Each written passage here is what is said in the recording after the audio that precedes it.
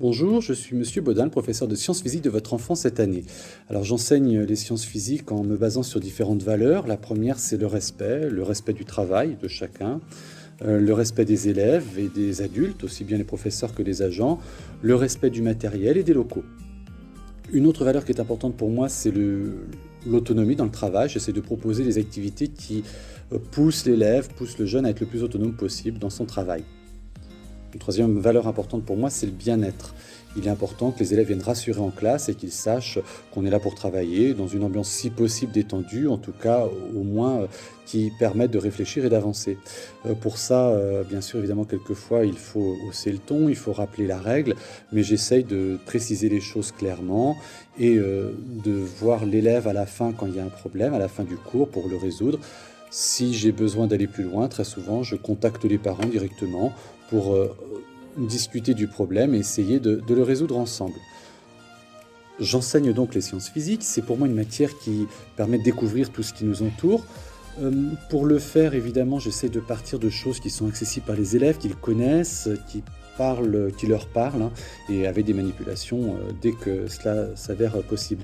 Régulièrement, je proposerai des évaluations aux élèves. Alors ces évaluations seront préparées grâce à des fiches de révision, telles que je peux présenter celle-ci dans un niveau, hein, ça ne concerne pas forcément votre enfant. Cette fiche de révision comporte une partie avec les questions, telles qu'elles seront dans le contrôle, et une partie avec les questions et les réponses que je peux attendre, hein, qui correspondent en fait au cours. Ces évaluations sont préparées donc une semaine à l'avance pour la mémorisation. Tout ce qui est compétences sera fait au travers des différentes activités. Il y a 4 niveaux pour chacune des compétences évaluées. Alors il y a la maîtrise insuffisante, la maîtrise fragile, la maîtrise satisfaisante et enfin la très bonne maîtrise.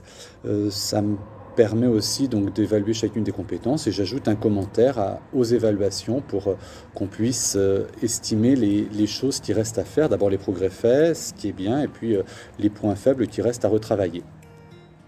Cette année, en troisième, je vais aborder le programme de sciences physiques en partant de la recherche au XXIe siècle. On va commencer par exemple par parler de l'IC2MP, le laboratoire de chimie de Poitiers.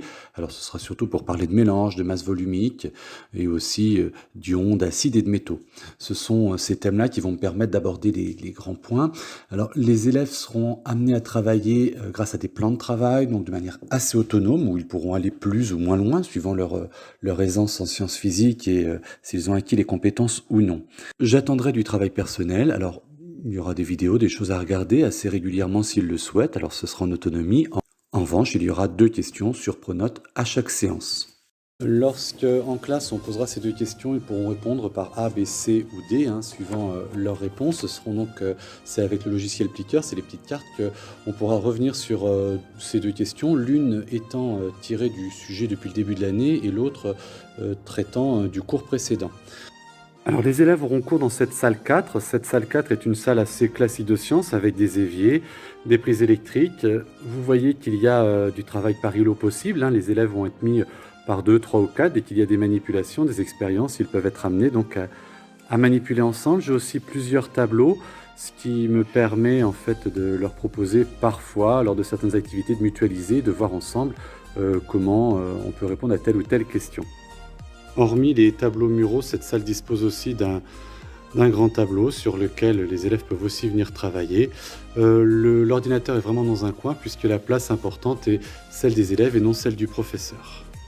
Enfin, si vous souhaitez me contacter, me laisser des messages ou poser des questions, n'hésitez pas. Je vous laisse donc, avec le message Pronote, je vous laisse mon adresse mail.